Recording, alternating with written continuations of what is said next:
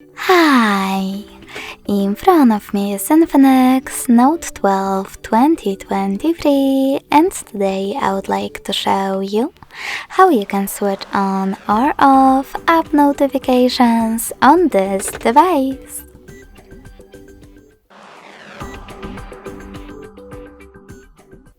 First of all, go into Settings and scroll down to access Notification Center.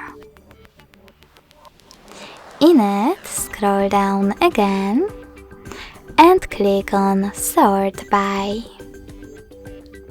Now click on the best option for you, in my case frequency.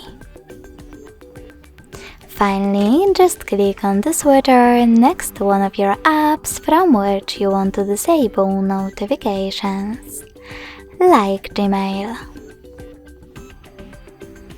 You can switch them back on the same way. If you want to, you can also just click on one of your apps on the left and manage all notifications from here. Thanks so much for watching. If you enjoyed this video, smash that like button, comment and subscribe. Bye!